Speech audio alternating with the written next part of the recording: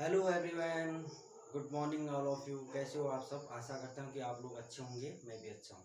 तो आज हम स्टार्ट करने वाले हैं क्लास 12th की इलेक्ट्रोकेमिस्ट्री से नस्ट इक्वेशन, जो कि एग्ज़ाम के पॉइंट ऑफ व्यू से बहुत ज़्यादा इम्पोर्टेंट है। एंड हम बोल सकते हैं कि जितने भी हमारे कॉम्पिटिशन्स एग्ज़ाम्स होते हैं उसमें भी बहुत ज़्यादा इम्पोर्टेंस रखते हैं। तो चलिए स्टार्ट करते हैं इलेक्ट्रोकेमिस्ट्री का Nernst equation.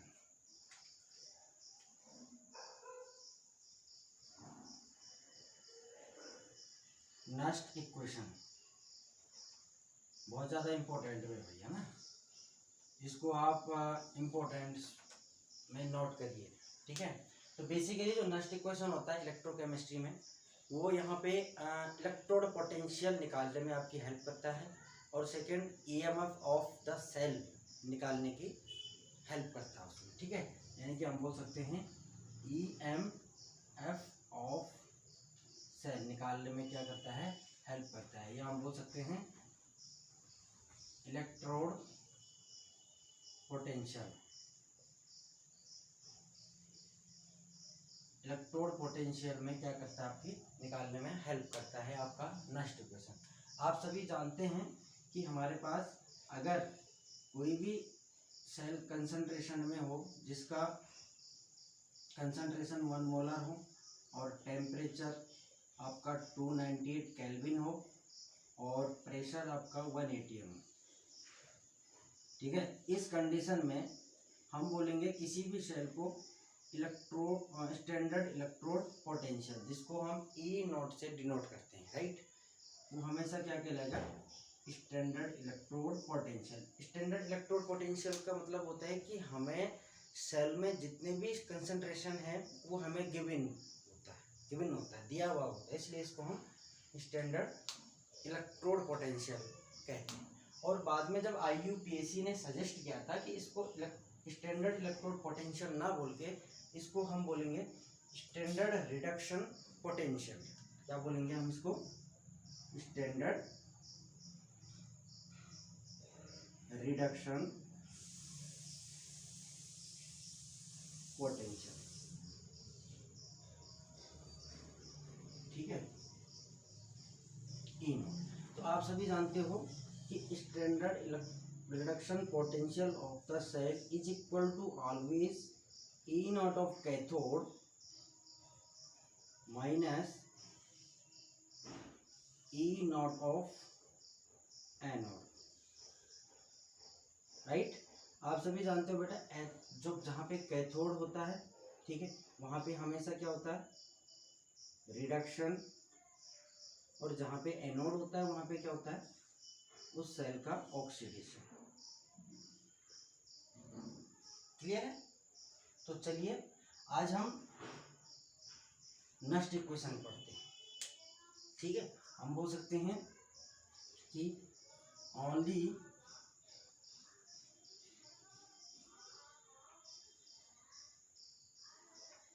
Calculate the electrode potential, electrode potential of the cell और EMF ऑफ द सेल। भाई कैलकुलेट क्या करता है, electrode potential of the cell या फिर EMF of a cell. EMF क्या होता है, इलेक्ट्रोमोटिव फोर्स, ठीक है। तो चलिए स्टार्ट करते हैं।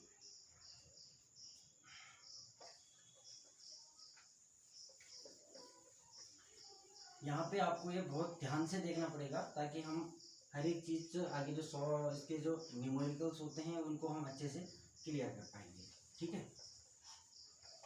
चलिए देखते हैं क्या होता है नस्ट इक्वेशन। बेसिकली हम जो इलेक्ट्रोड पोटेंशियल होता है उसको हम ई ऑफ सेल से रिप्रेजेंट करते हैं। किससे रिप्रेजेंट करते हैं? ई ऑफ सेल से रिप्रेजेंट करते हैं। तो हमारे पास कोई भी अगर एक हाफ रिएक्शन है सेल का, half reaction of a cell, तो हम किस तरह से रिप्रेजेंट करेंगे? कोई भी हमारे पास N पॉजिटिव ने N नाम का इलेक्ट्रॉन नोट किया और खुद को M सॉलिड फॉर्म में कन्वर्ट कर दिया, यानी कि Mn पॉजिटिव था, इसने एक इलेक्ट्रॉन डोनेट किया और खुद पे M यानी कि खुद सॉलिड फॉर्म में आ गया, है ना। पहले एक्वस मीडियम में था, फिर सॉलिड फॉर्म में आ गया, है? तो इसको हम नेक्स्ट इक्वेशन में किस तरह पुट आउट कर सकते हैं, तो चलिए भाई, electrode potential of a cell, ये सेल है हमारे पास हाफ सेल, तो हम इसकी जगह रिप्रेजेंट करेंगे Mn positive slash M is equal to standard reduction potential of a cell, यानी कि M positive upon M minus RT upon NF log base 10 product upon reactant. ठीक है, अब यहां पे देखिए वेयर इज R, R क्या है, R आपका ideal gas constant,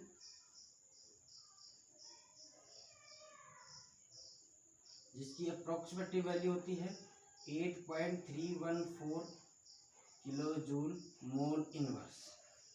T stand for temperature, ठीक है, जो हमेशा होता है आपका स्टैंडर्ड कंडीशन में 298 kelvin, and number of electron transfer of the shell, इस शेल में कितने इलेक्ट्रॉन ट्रांसफर हुए एन इक्वल टू हो जाएगा, और F इज इक्वल टू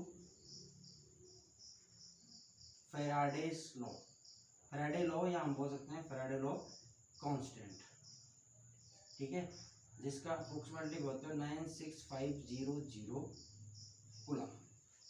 ठीक है, तो जब हम इनकी RT अपॉन NF की यहाँ पे वैल्यू पुट करते हैं तो हमारे पास आता है Mn, यहाँ पे सेव रहेगा Mn positive slash M is equal to E naught of cell, यानी कि M positive upon M minus इनकी वैल्यू हमने पुट करी, यहाँ पे हम लिख लेते हैं 8.314 इंटू 298 डिवाइड बाई n को हम ऐसे लिख देते हैं into 95600 log base 10 product upon reactant.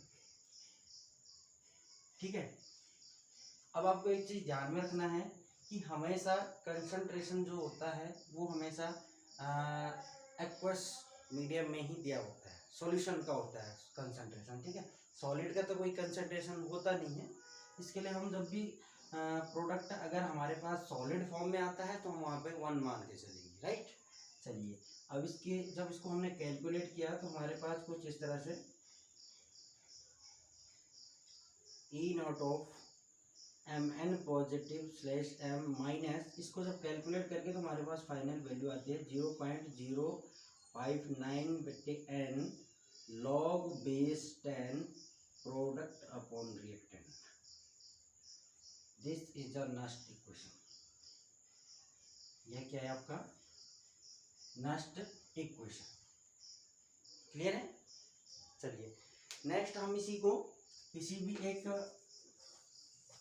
Electrochemical cell या गैल्वेनिक सेल में पुट करते हैं, फिर देखते हैं आगे। ठीक है, इसको हम ऐसे रहने देते हैं।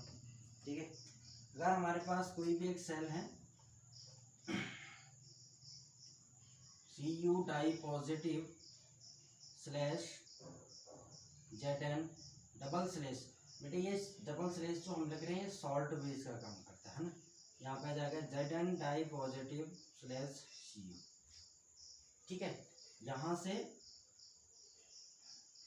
और यहाँ पे क्या हो रहा है, रिडक्शन हो रहा है, यानी कि यहाँ पे क्या होगा आपका कैथोड होगा, और यहाँ से और यहाँ पे क्या हो रहा है ऑक्सीडेशन हो रहा है, तो यानी कि यहाँ पे क्या होगा जाहिर सी बात एनोड होगा। ठीक है, तो मैं रब कर लेता हूँ, समझ में आ गया। यानी कि एक एनोड होगा और दूसरा कैथोड होगा, एक रिडक्शन होगा तो जहाँ पे दूसरा। अब इसी सेल को हम नेक्स्ट इक्वेशन में पुट करते हैं, तो सबसे पहले हम ले लेते हैं एनोड का, एनोड। ठीक है, तो एनोड कहाँ पर है, यहाँ पे जिंक से लेके और जिंक डाई पॉजिटिव क्या है हमारे पास, एनोड है। ठीक है, तो हम लेंगे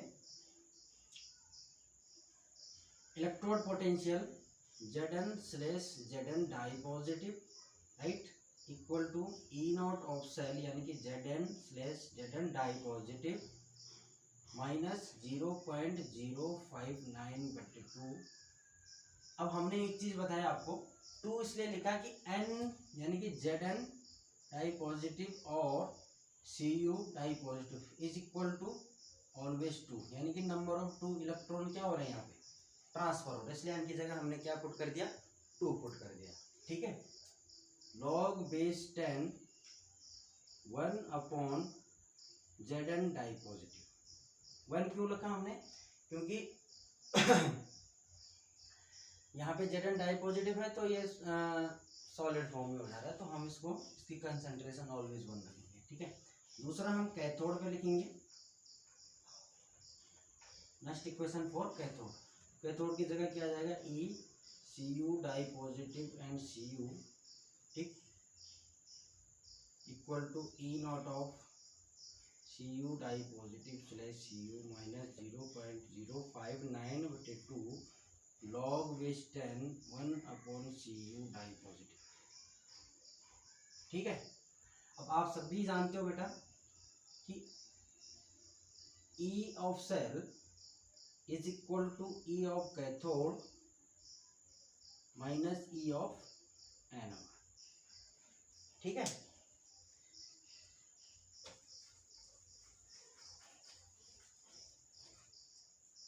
तो हम इनकी वैल्यू यहाँ पे पुट कर सकते हैं। कैथोड की जगह हम कैथोड की वैल्यू पुट करेंगे, एनोड की जगह एनोड की वैल्यू पुट करेंगे।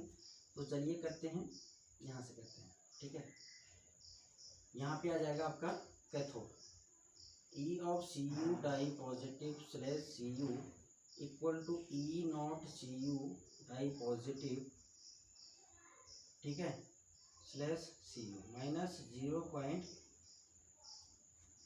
इसको हम यहाँ से रब कर देते हैं ना, 0.059/2 log base 10 1/Cu di positive minus, ठीक है। अब भाई एनोड क्या है हमारे पास, ये है जिंक का, तो क्या हो जाएगा E naught of Zn/Zn di positive minus 0.059/2 log base 10 1/Zn di positive.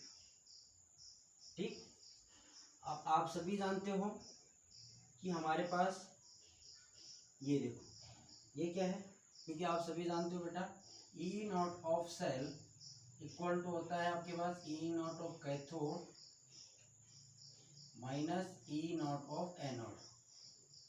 ठीक है, तो ये E नॉट ऑफ कैथोड हो गया ये वाला, और E नॉट ऑफ एनोड ये हो गया। तो इसको हम यहाँ पे इस तरह से लिख लेते हैं, E naught of the cell.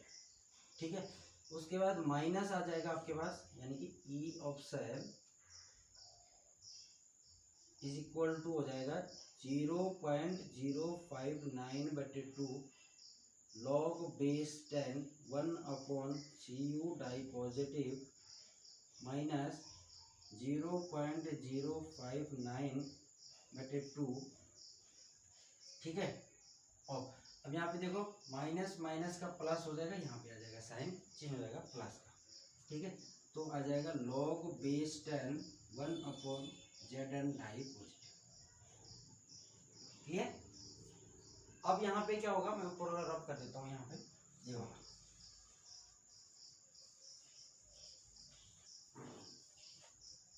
अब देखो, ये वाला पार्ट और ये वाला पार्ट, इसको हम कॉमन ले लेते हैं, फिर हमारे पास रिएक्शन बन जाएगी E of a cell is equal to E naught of a cell minus 0.059/2 log base 10। अब देखो जब log सेम हो तो ये वाला पार्ट ऊपर आ जाता है। ठीक है, तो यहाँ पे हम क्या हो जाएगा, Zn ऊपर आ जाएगा, Zn di positive upon Cu di positive. अब आप रिएक्शन में देख लीजिएगा, ऊपर जो हमने हाफ रिएक्शन लिखी थी, क्या ये वाला जो पार्ट है ये प्रोडक्ट में है और ये वाला पार्ट किस में है, रिएक्टेंट में। तो हमने क्या बोला था कि जो आपके पास नेक्स्ट इक्वेशन होता है E of cell equal to E naught of cell minus 0.059/n log product upon reactant. क्या ये इसको फॉलो कर रहा है? यस, कर रहा है। ठीक है, तो ये है हमारा नेक्स्ट इक्वेशन। क्लियर है? इसको आपने ध्यान में रखना, ये हमारा इम्पोर्टेंट नेक्स्ट इक्वेशन। क्लियर है?